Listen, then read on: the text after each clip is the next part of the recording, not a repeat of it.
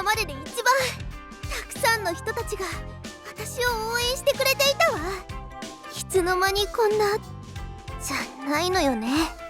この大会が始まってからずっとファン投票数に一喜一憂してランキングで競い合ったりもしてファンが増えてるって分かってはいたつもりだった。全然分かってなかったわ。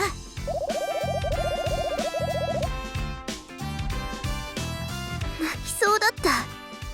ライブ中ずーっと今も。ファンは外付けの筋肉で勇気の源で実力を示す指標でトップアイドルって何なのか少しだけ分かった気がする。聞いた？私のことサキ様って。あいつらちょっと前まで敵だったくせに今日は私の背負いをして梅に勝つための力をくれた。そうよ、私が格上のライバルたちに勝てたのはファンのおかげ。たくさんのファンと出会わせてくれたプロデューサーのおかげ。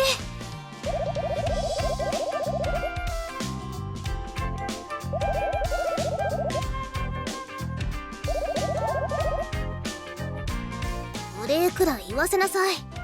ありがとうプロデューサー。ありがとう私のファンたち。見てなさい、何倍にもしてお返ししてやるんだから。次のライブで次の次のライブでその次だって。ねえプロデューサー、私この大会を通して大切なものを掴んだと思う。格上のライバルたちと劣ったままで戦える武器を見つけたと思う。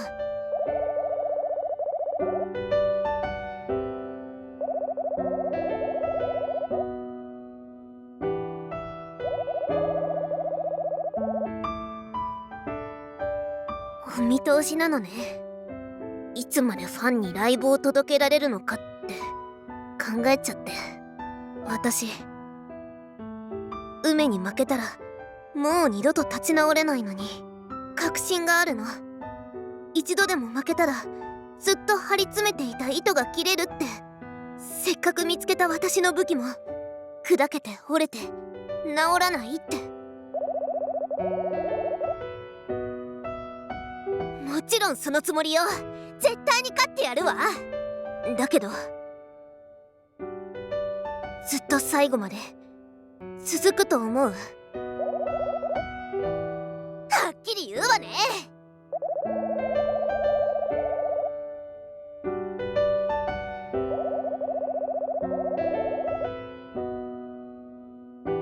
そうだったわね。そんなふざけたこと言ってたっけ？けど実際どうするのかしらプロデューサー。この私は妹に負けたらそれはもう無残なありさまになるわよ。何度も言うけど絶対立ち直れないわよ。糸が切れて心が砕けて目から光が消えちゃうんだから。いいから聞かせて。絶対に負けられない勝負に負けて倒れて起き上がれなくなった花見咲をあなたは助けてくれる？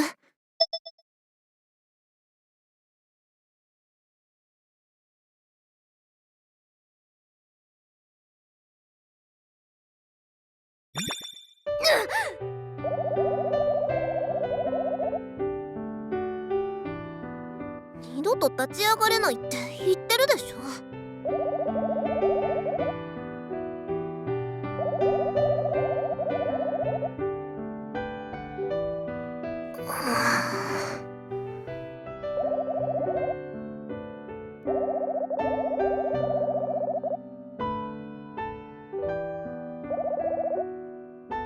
本気で言ってる？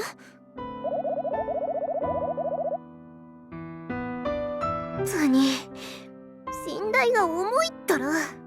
自分でも知らなかったわ。私ってそんなやつなのね。